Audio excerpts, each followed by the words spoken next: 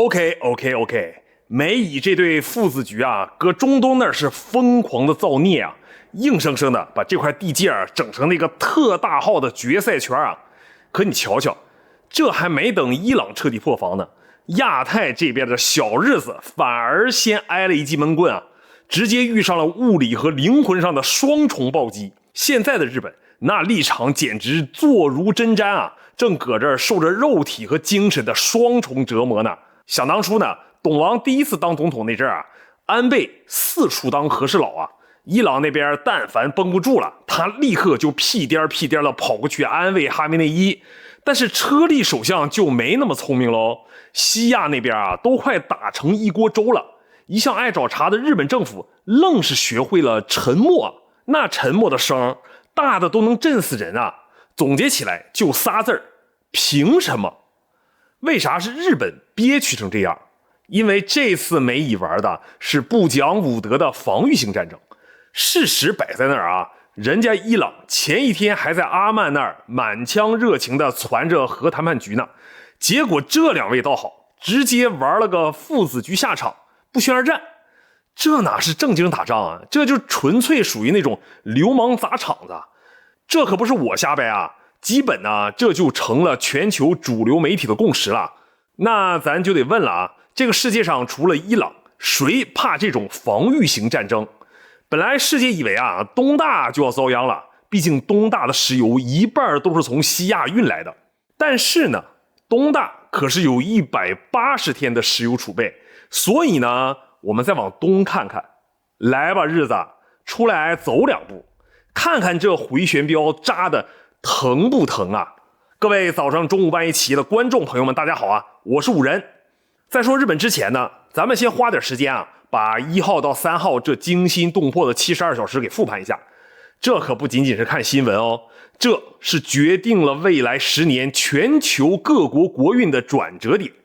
3月1号这一天呢，美利坚和以色列这对父子兵突然就变脸了。在没有完全的外交预警的情况下，美军的航母编队和以色列空军对伊朗境内数个核设施以及导弹基地发动了饱和式的攻击啊，美其名曰是预防性战争，意思就是我觉得你以后啊可能能打我，所以我现在要把你给物理超度了。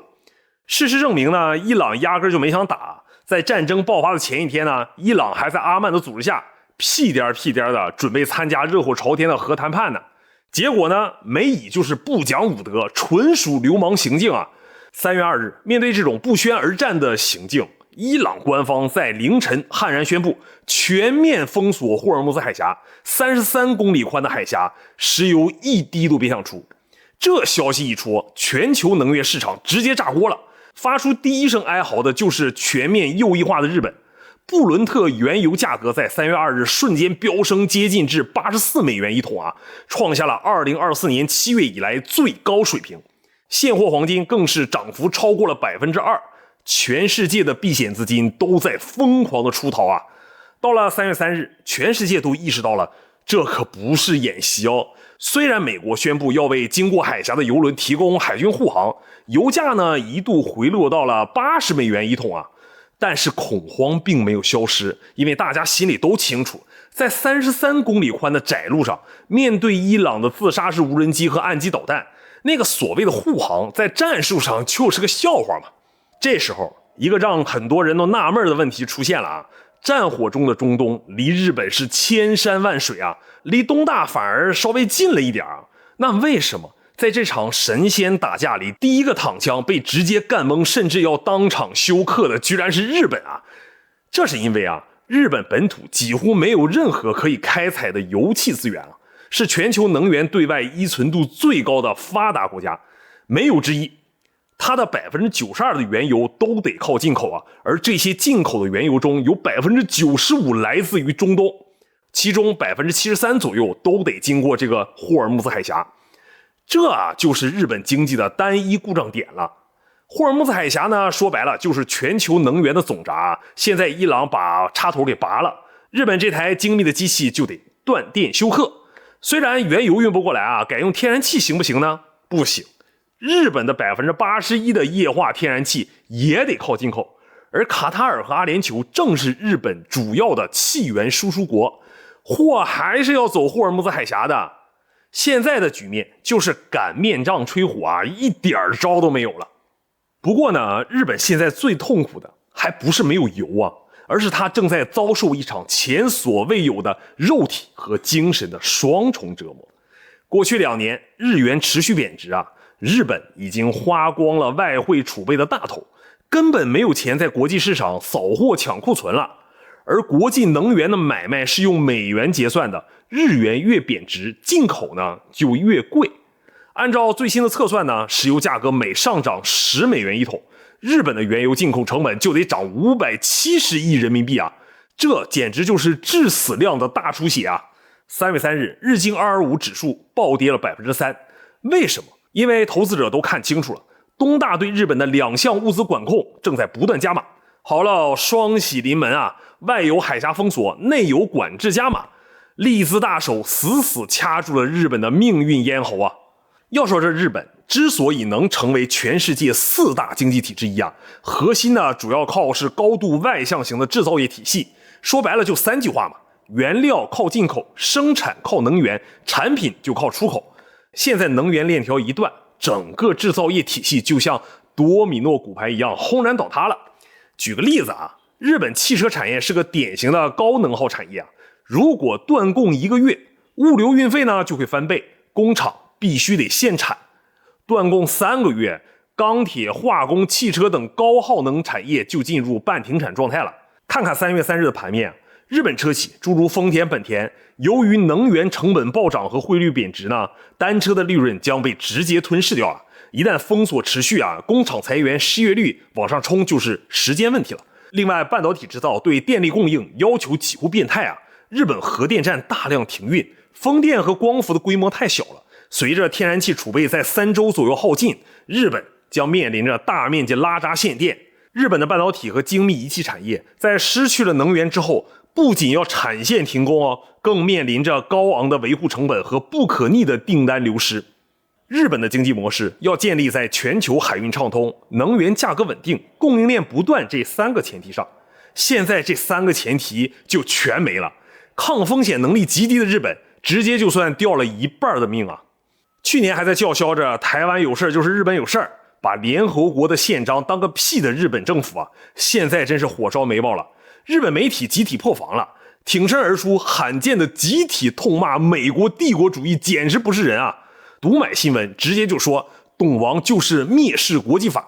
朝日新闻呢控诉杀害伊朗的最高领袖依赖武力而不是外交的言论是流氓行为。日本右翼更是哀嚎啊，预防性的战争不可饶恕，联合国宪章何在，国际法何在啊！难以想象啊，2026年3月高举2战后国际秩序和联合国宪章大旗的居然是这帮小日子。那个横空出世的右翼女巨人正奔着修改宪法去的呢，结果呢，现在连电都快充不上了，真是欲哭无泪啊！所以各位，咱们呢就设身处地的想一想啊，如果封锁持续下去，日本会变成什么样呢？在能源管制的命令之下呢，深夜的东京塔和新宿霓虹灯将大面积的熄灭了。为了节省那点可怜的天然气啊，日本政府已经开始呼吁民众减少用电。便利店的货架开始出现空置，因为燃油成本上涨导致物流配送的次数减半了。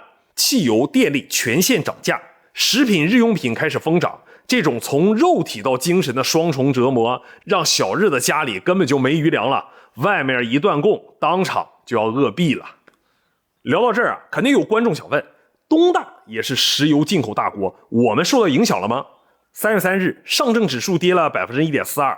沪深300跌了 1.54%啊，这主要是全球情绪波动触及了。看板块，咱们的石油加工和能源板块反而在逆势大涨。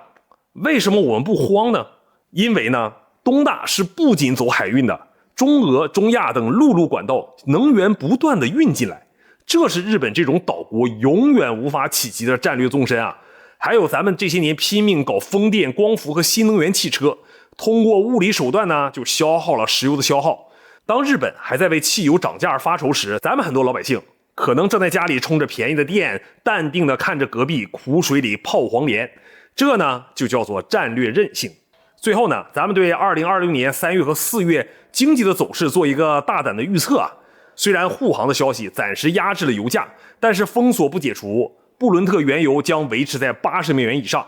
只要伊朗在那边再有点动静，随时都有可能冲上100美元啊。至于黄金呢，那肯定是乱世买金了。短期内的挑战是2500美元一盎司，这并非痴人说梦哦。白银的价格也随之上涨。在美股方面，能源成本上涨将推高美国国内的 CPI， 降息预期将彻底破灭，美股大盘大概率会持续承压。在日韩股市，能源短期的压力还没有释放完，日经225的指数可能会继续向55000点以下下探啊。韩国的股市在3月3日暴跌 7.24% 之后，补跌的情绪仍然没有消散啊。日本制造业的成本暴涨将直接反映在接下来的财报之中。总结一下吧，这场危机告诉我们一个真理啊，一个国家的安全绝对不能建立在别人的打火机上。日本现在的绝境，就是因为他把所有的筹码都压在这一条33公里的狭窄水道上。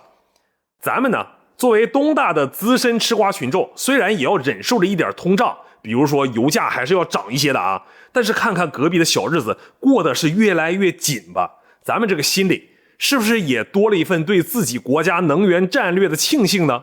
好了，我是五人，如果你喜欢我的视频呢，欢迎点赞关注，如果有不同的意见呢，欢迎在评论区里与我交流，我们呢下期再见。